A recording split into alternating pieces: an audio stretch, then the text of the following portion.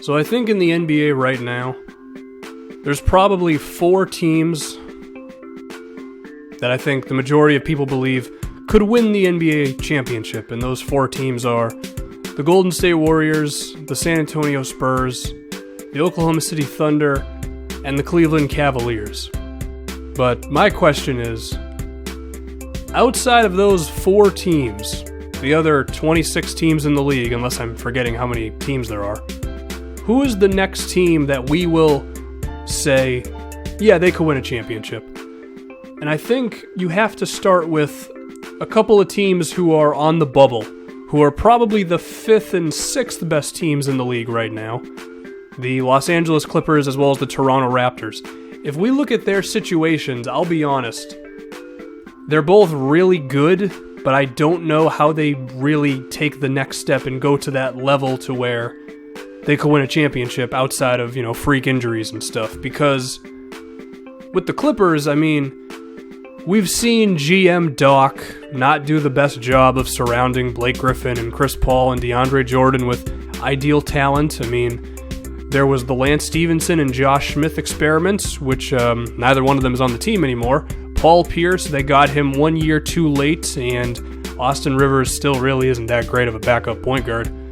Jamal Crawford is still a guy who's going to take bad shots and not play defense, but he'll have a good game every other week. Outside of J.J. Redick, I can't name you too much talent outside of the big 3 on the Clippers. But the thing is for what the LA really needs, which is just shooting off the bench, a small forward who can defend as well as hit threes, these things are not impossible to find. You just might have to do some digging. You just might have to find some diamonds in the rough. Pull a San Antonio and find a guy like Danny Green after he gets dropped from the Cavaliers, or guys like that. The problem is, Doc the GM has not proven to be the best when it comes to being a GM, so if you trust him to find guys like that, great. I don't know if I do. And then if we look at Toronto, I feel like Kyle Lowry and DeMar DeRozan, as good as they are, and they are really good, they've potentially capped out. I mean, DeRozan still really can't hit three-pointers. Granted, he's become so good at attacking the basket that it kind of makes it okay, but even then, like I said, I don't think these guys can really win a title. And I don't know if just waiting for DeRozan to be able to hit threes is the option. But luckily for Toronto, they will have a very good draft pick this season because they will have either the Denver Nuggets pick or the New York Knicks pick. So they're in the lottery, and they could use that to acquire a very good player and potentially a power forward, because I think that's the one position that they really need to improve on. Luis Scola, he's making it work, but if they could get someone there, that'd be great. Or they could trade the pick for someone who could potentially become available. It's those sort of things with that potential in the air that I think Toronto could maybe become as good as the Cavaliers and potentially compete with them in the Eastern Conference. But as of right now, I don't think Toronto's there. If we look at free agency, the Raptors, they'll have about $8 million in salary cap, but they're going to have to give DeRozan like $17 million to stay. So as a result, they're going to be right up against the apparent $90 million cap. So it's not like they're going to be able to hit any home runs in free agency. So I think if Toronto really wants to become a contender, they're going to have to really hope that draft pick pays off for them.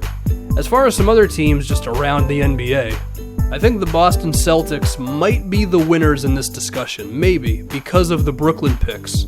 Because the Celtics, I mean, right now they're 38 and 26, so they're already a pretty damn quality product. But that being said, I can't confidently say they're better than the Raptors, to be honest. But with the Brooklyn picks coming up, I mean, the one they have this season is probably going to be top 5, potentially top 3. Hell, maybe they might get the number 1 overall pick in the draft. And when you just have that much power with those Brooklyn Nets picks, you could select a star player or you could trade for one. So the idea with the Celtics acquiring a star, it's pretty real, but it hasn't happened yet, so we can't say too much.